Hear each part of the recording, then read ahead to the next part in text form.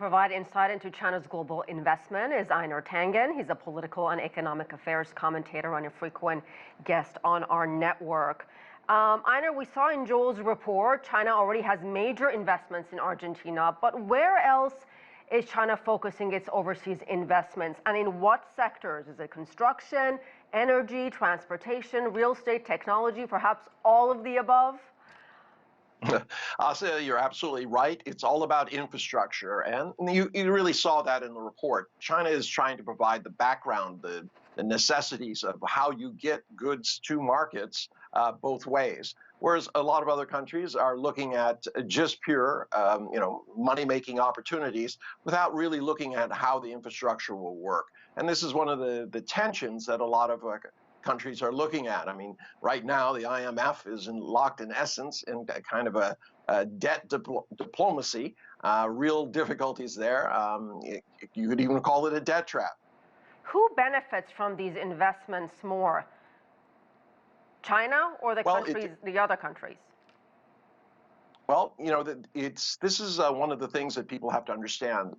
If it's like a car. If I give you a car engine, it's not going to go anyplace. You need to have all the components there, and that's the ambition of the Belt and Road Initiative. You have to have these countries connected. They have to have ports, roads to get goods in and out.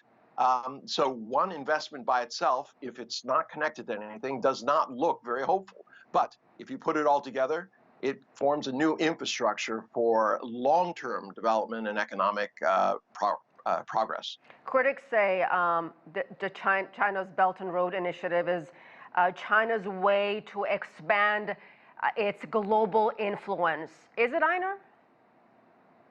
Well, to a certain extent, that's true. I mean, if I'm helping you make your economy better, that is certainly going to increase my influence globally, especially if those goods and services and raw materials are part of a overall construct where China plays a very important part. The U.S. did this during the Marshall Plan. I don't recall anybody saying, oh, this is a terrible debt trap diplomacy that aims to put the world at a disadvantage. There were elements of that, but certainly the U.S., its profile rose because it was putting forward an initiative which was much needed by the world. The Belt and Road also came up during the G7, and G7 countries say they want to set up an infrastructure plan as an alternative to BRI. Can they pull that off at this juncture? Well, Build It Back Better is, it's BBB, it's very alliterative, but there does not seem to be any financing. They talk about doing this on the private sector, but quite frankly, if it could be done with private money, you could do it in partnership with different entities that are existing. Creating a new structure does not seem like it's going to really change anything on the table. It seemed more just something to, assuage people that somebody was doing something about responding to the RCEP, the Belt and Road Initiative, these new structures like the Asian Infrastructure Investment Bank.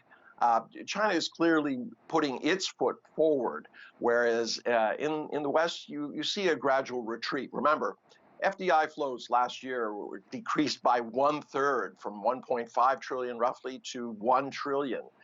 This really hurt sustainable development goals, and no one except China is really stepping into that space. So at this juncture, people are kind of every man for themselves, but they're not necessarily, they're talking about what they could do, but it's not clear how they're going to do it.